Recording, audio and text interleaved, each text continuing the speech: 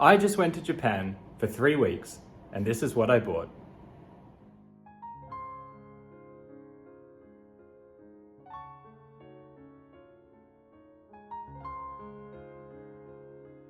So I'll just give a brief overview to begin. We'll start with some cheap non-holos, some art rares, some Pokemon VS, some reasonably priced holos, modern, vintage, some sealed product, just a little bit, and then we'll end with the big hitters. So let's begin. Start with these non-holos. Just a few cards. We have this, what does that say? Pokepark Torchic with the Munchlax and the Skitty and the Meowth in the background. Just a nice cheap card. I don't think it's in the best condition, but just a nice pickup. We have this web series card. Pretty much the cheapest web series card I could find. I do like the web series, but most of it is very expensive. It's a nice Venonat. We've got a couple of non-holos just from, I think these are Near Destiny, or this is obviously Gym Heroes, Gym Challenge. Just some nice pickups. This Pichu, which I think is a promo, it's $5. No idea what it's from. I think it's 2022. Let me know in the comments if you know what this card is about, but I just thought it was a nice artwork. And we got quite a bit of vending machine cards. Not sure if these are all from the same series, but these are just the artworks that I liked. Bulbasaur, which is the most iconic, I think. Got the Zubat, Krabby, Growlithe, Chansey, Haunter. Pretty nice condition, these cards, by the way. I mean, this one was a bit more expensive, about $20 AUD, but good pickups. Farfetched, $1.80, can't go wrong. This Caterpie, great artwork, that one. We've got Magnemite, and this is not from the vending machine, this is from Team Rocket, but I just like this Squirtle artwork for $1.80, why not? Also picked up this sealed illustration contest 2022 Bulbasaur. It's $10. Been meaning to get a copy for quite a while, but didn't want to pay the shipping on eBay when it's a relatively cheap card to begin with, so good time to pick it up. So that is the non-holos.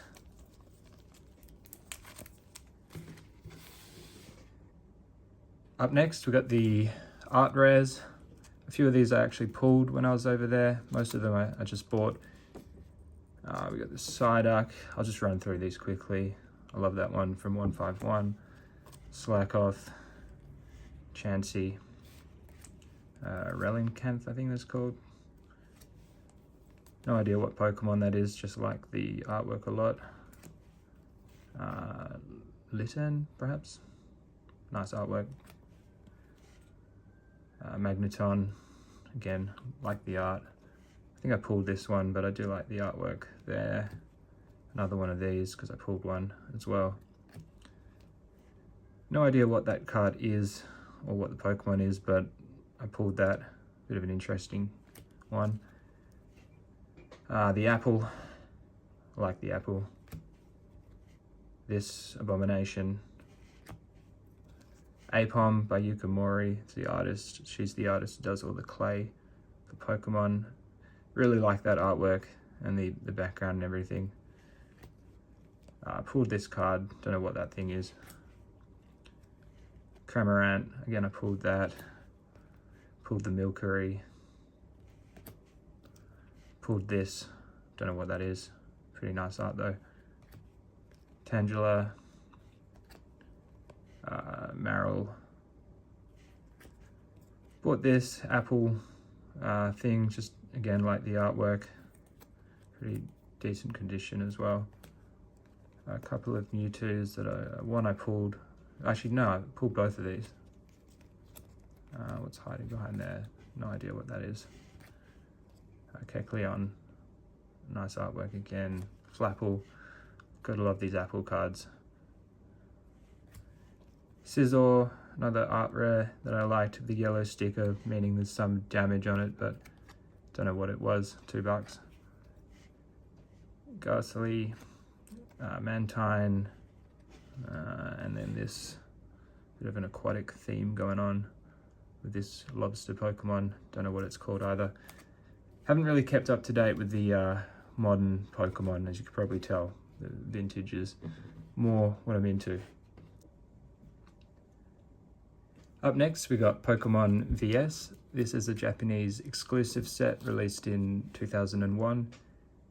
I gave myself a bit of an objective. I tried to complete the entire set while I was in Japan. That was a bit ambitious. I ended up collecting about 60 or 70 cards out of about 140. So not a bad effort, but still a fair way to go. I just ran through these again. Really nice artworks in this set. This set was a little bit similar to Gym Heroes and Gym Challenge. You have all of the gym leaders Pokemon.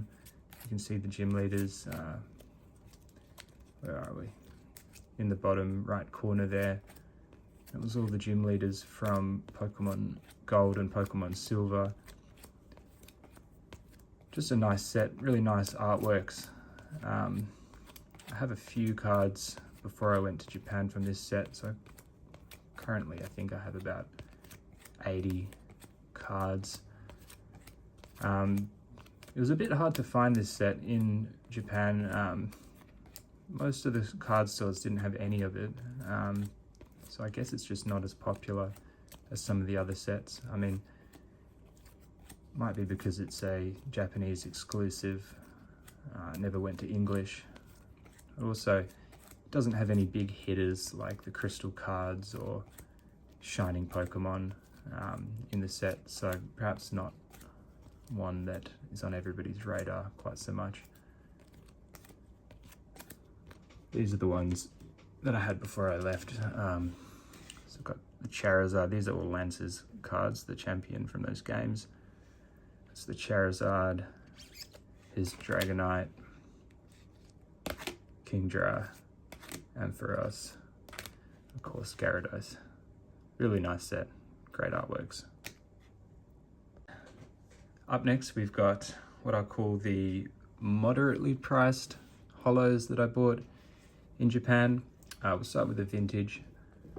So I've got this Feraligatr from Japanese Expedition, $35. It's not in the best condition. The yellow sticker indicates that, you know, there's some damage, but it's my favorite card of all time, so had to buy it. Another Feraligatr, $9, not bad. $8 for this Dark Gyarados from Team Rocket. Nice little holo. We have a couple of CD promos. We've got the Porygon and the Snorlax. These ones are actually pretty good condition. This one was about $20. The centering's horrible, obviously, but pretty decent. The Snorlax actually, yeah, nice centering, all around good condition. Really like these CD promos. Got this card. This was non-holo. Shouldn't be in this pile, but it's a trainer card from the Town on No Map, which is the set that became, I think, Expedition in English. Just a really great artwork. So many Pokemon in there. Pretty good condition, this copy as well. Very cheap and just a nice card. We've got Hitmon Top, I think that is, from Japanese Neo Destiny. Nice condition, $34. I don't know if that's too much or too little, but just like the artwork. We've got this, $3.80. Again, very colourful, like the artwork. This is a pretty cool card. This is Lucky Stadium Kyoto, I think. So these were released in the year 2000, in the lead up to the Pokemon Championships. There were promo cards. I think they were given to the winners of the participants of the regional competitions before the Ultimate Championship for the TCG in 2000. Just a nice piece of history, I suppose. And then I did buy a little bit of Modern for the moderately priced Holos. I'm not the biggest fan of Modern, but this was a steal. It was $60 for a copy of this card. It's got a little bit of damage in one of the corners, a bit of edge wear, but I think this card usually goes for about 150, 160 AUD. So yeah, nice card. Had my eyes on it for a while, so I finally picked it up. This was another steal. I think it's Professor Elm's Research, $17. It's got a yellow sticker, but I cannot for the life of me find really what is actually damaged on this card. And it usually, I think, goes for about 50 or $60. So again, just another steal, really. Some random trainer card was $11. Don't know why I bought it, to be honest. It's not too bad. And then finally we got this Genesect V alternate art from Sword and Shield. It's one of the alt arts that I never got around to buying in 2021, so I finally picked it up. Yeah, it's a nice card. All right, before we get into the heavy hitters, just a tiny bit of sealed product. I've got these Japanese sealed booster packs, mainly because they were quite cheap, like $10 or $12. It came with these cases, which I thought were really nice for display. Not sure what the set that is. This one is Sun and Moon Remix Bout, just a great artwork, good display piece for $12. And this one as well, I think it's just Champion Road, Japanese, but just a great artwork, good display piece. It's got the Feraligatr, $17. I thought that was a steal, really.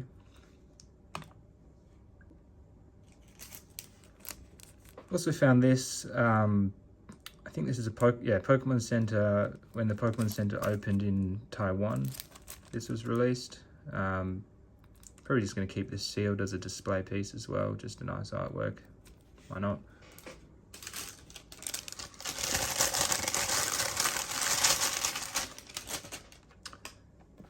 Also found this, pretty beat up, it's about $80. It's a obviously a copy of Pokemon Silver.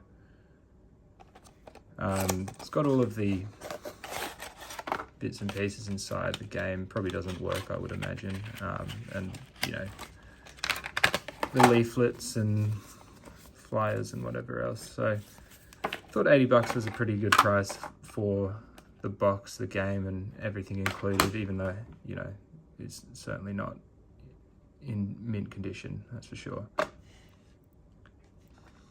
Nice artwork on the back as well.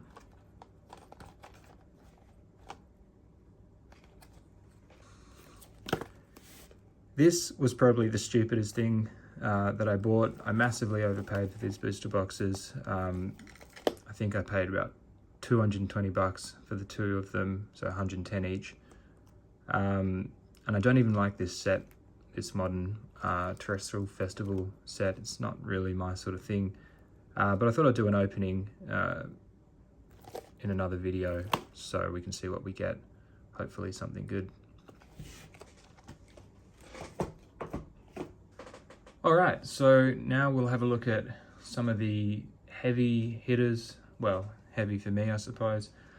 We'll start with the Modern. So I got a copy of this Dragonite alt art from Sword and Shield, same as the card in the back there, but this is definitely my favorite Modern card. So yeah, I couldn't really walk away without a copy. I got this Magikarp, Wailord, GX, alternate art from Sun and Moon. Again, just another nice alt art, and probably part of the modern that I do enjoy. And then this Lugia from Paradigm Trigger, another 2021 or 2022 Sword and Shield alt art. Just a nice card. I wanted this card when it first came out, but it was selling for about $1,000 AUD, which is more than I'm prepared to pay on modern, to be honest. But it's sort of dropped now. I think I picked this up for about $400, so yeah, pretty substantial drop, and just a nice card.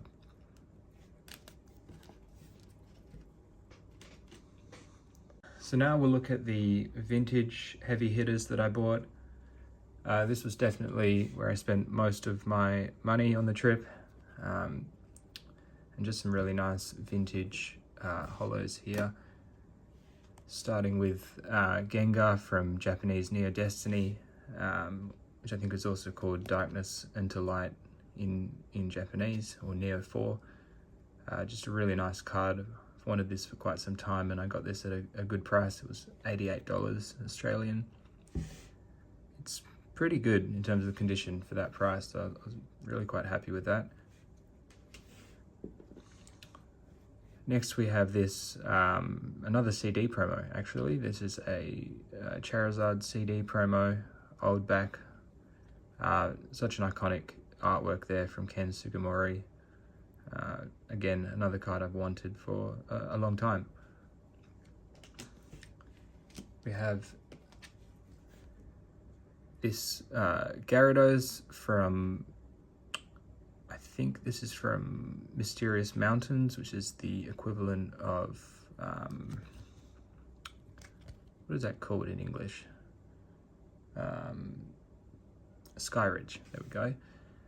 A nice card, good artwork, a fair bit of damage I think on the back of this one, but it was relatively cheap, so I was quite happy with that. This is a card that was not cheap. This was the Nidoking Crystal from, what is this from? Wind from the Sea, it's called in Japanese, or Aquapolis, I think it was in English. Iconic crystal card from E-Series. Decent condition as well, not too bad at all. Just such a great card, seeing these crystals in Japanese. They just have a certain holo to them that I personally think the English doesn't quite have. We've got Karen Zumbreon. This is by far the most expensive card from Pokemon VS. Pretty decent condition as well, and just a really nice artwork, nice holo. I was really happy to find this in Japan.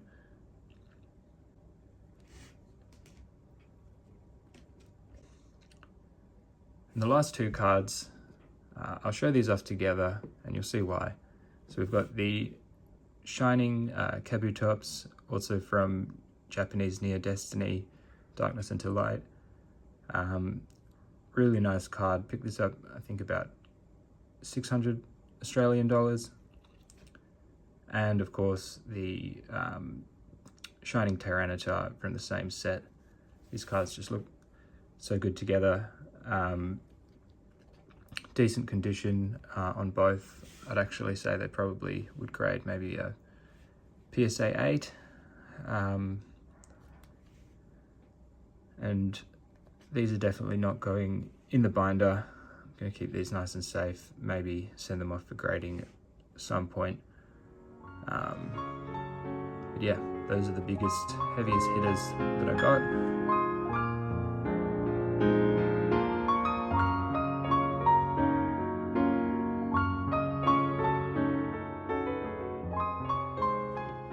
Thanks for watching. Let me know what your favorite card was from the video in the comments below, and I'll see you next time.